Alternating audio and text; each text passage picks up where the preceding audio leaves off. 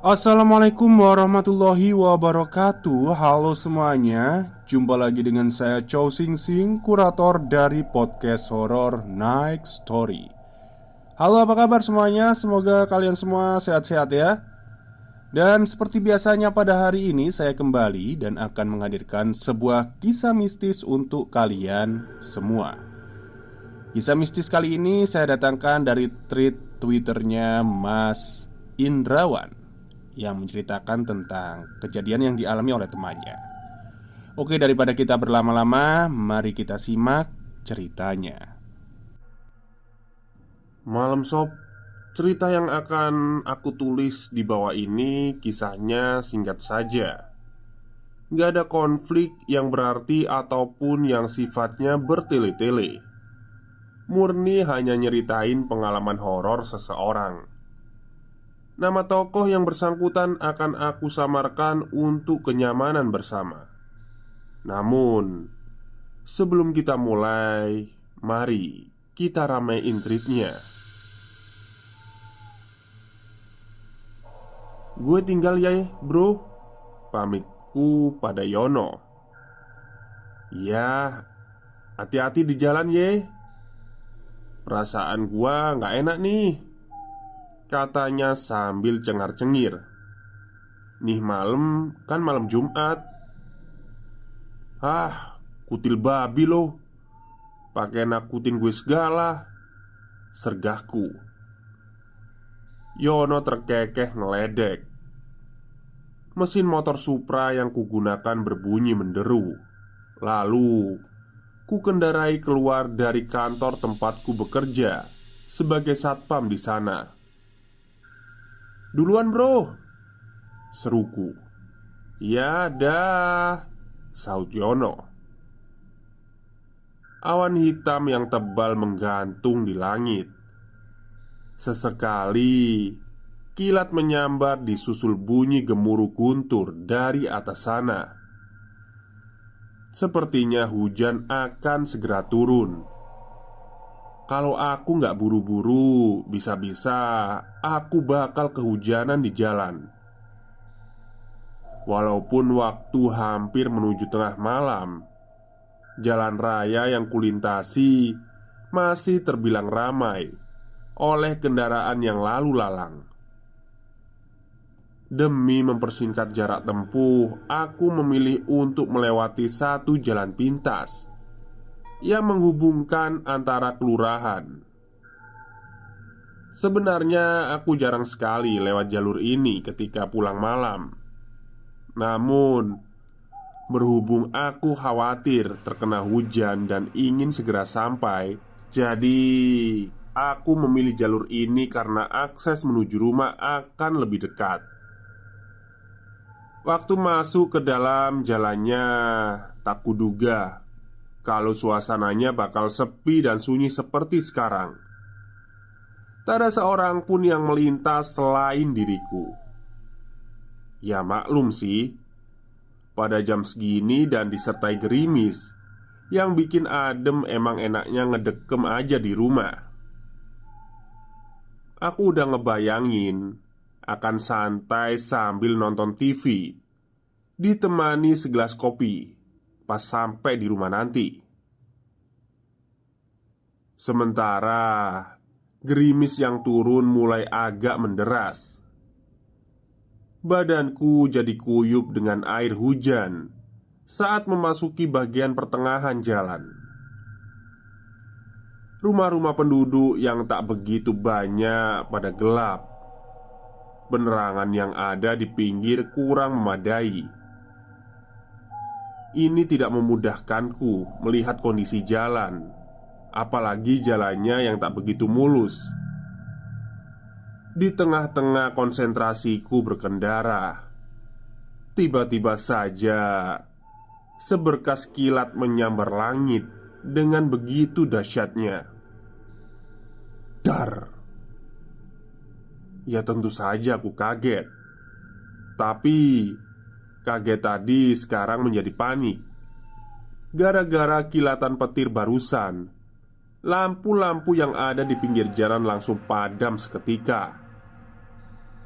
Gelap lalu menyergap. Konsentrasiku jadi buyar. Mungkin karena berjalan terlalu ke tepi, tahu-tahu ban motorku melintasi gundukan pasir yang teronggok di pinggir. Ya, otomatis motorku pun tumbang dan aku jatuh terjengkang. Anjing, makiku. Tidak ada seorang pun yang datang menolong. Aku jadi jengkel sendiri. Mana hujannya nggak berhenti-berhenti. Ah, sialan. Untungnya lampu cepat menyala. Ku perhatikan sekeliling dan baru sadar bahwa diriku berada di depan suatu lapangan futsal yang kosong.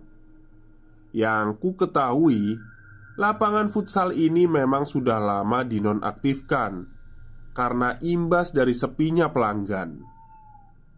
Mungkin karena letak lokasinya yang terlalu terpencil, ataupun kurang promosi sampai-sampai lapangan yang terbilang baru ini terpaksa harus ditutup. Kulihat penerangan di dalamnya pun terpasang seadanya. Cuma ada bohlam kecil yang tergantung di sudut lapangan. Selebihnya ya gelap gulita. Diperhatikan lama-lama kok ternyata agak serem ya. Aku gak mau buang-buang waktu di sini. Cepat-cepat kudirikan motorku yang tadi tumbang dan langsung menstarternya. Namun, motor terkutuk ini malah gak mau hidup. Mesinnya ngadat. Setiap kali ku coba tetap saja gak ada tanda-tanda ia bakalan menyala. Mampus, motorku mogok. Ini aneh banget, curigaku. Padahal motor itu baru beberapa hari yang lalu diservis, dan businya pun yang awet punya. Gak mungkin sekali hanya jatuh sedikit bisa langsung merusaknya kan? Mendadak telingaku menangkap suara-suara aneh dari arah dalam lapangan. Bunyinya riuh rendah, sedikit bercampur dengan suara gerimis yang menerpa atapnya. Seolah-olah ada orang yang sedang melakukan aktivitas di sana. Dan dari tipe yang kudengar, maksudnya tipe suara yang kudengar, seperti ada orang yang bermain futsal. Aku terdiam, fokus pada suara-suara ganjil yang terdengar jelas itu.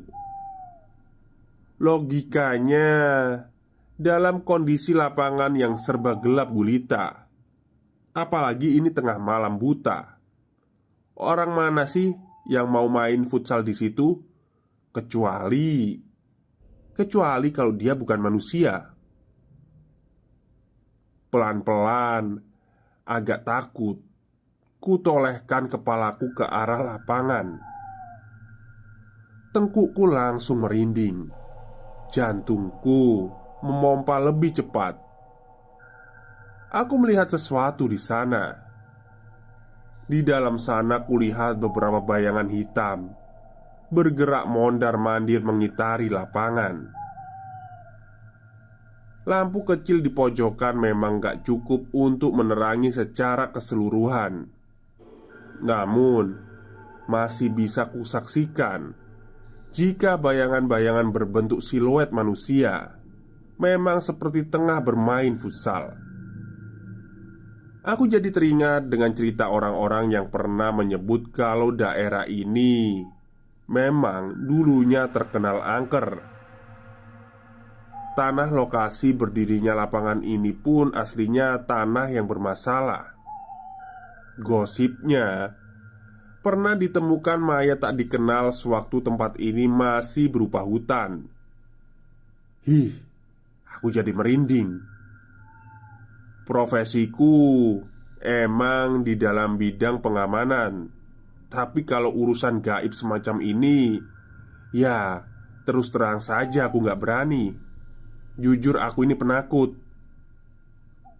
Mulutku komat-kamit membaca berbagai macam doa yang kuhafal. Dari doa mau makan sampai doa mau bersetubuh. Bacanya pun asal-asalan.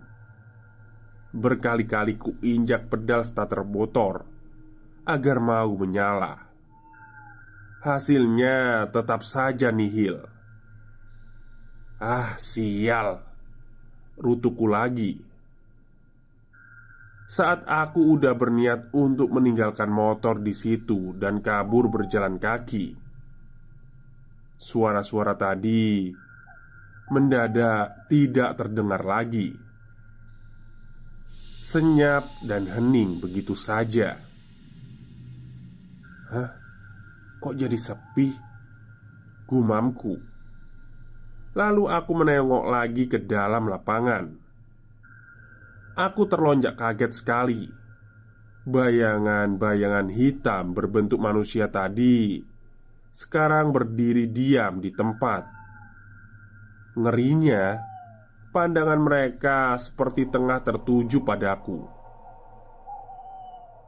Rasa panik menghantui ketika mereka berjalan beriringan menuju arah luar lapangan.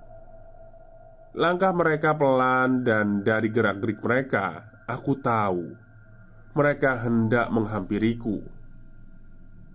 Dengkulku gemetaran, peluh dingin mengucur di tubuh dicampur dengan air hujan. Aku menggigil ketakutan.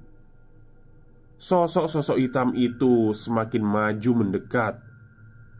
Dan gak terasa, ternyata aku ngompol di celana. "Mak," rangku kecil memanggil ibuku. Di detik-detik paling menegangkan itulah, sekonyong-konyong muncul seseorang yang menepuk tangannya ke pundakku kuat-kuat. "Allahu Akbar!" Pekiku kaget. Jantung ini nyaris aja copot. Sekarang di depanku berdiri seorang bapak-bapak. Ia melihat diriku dengan muka heran. "Kenapa melamun, Mas?" tanya dia.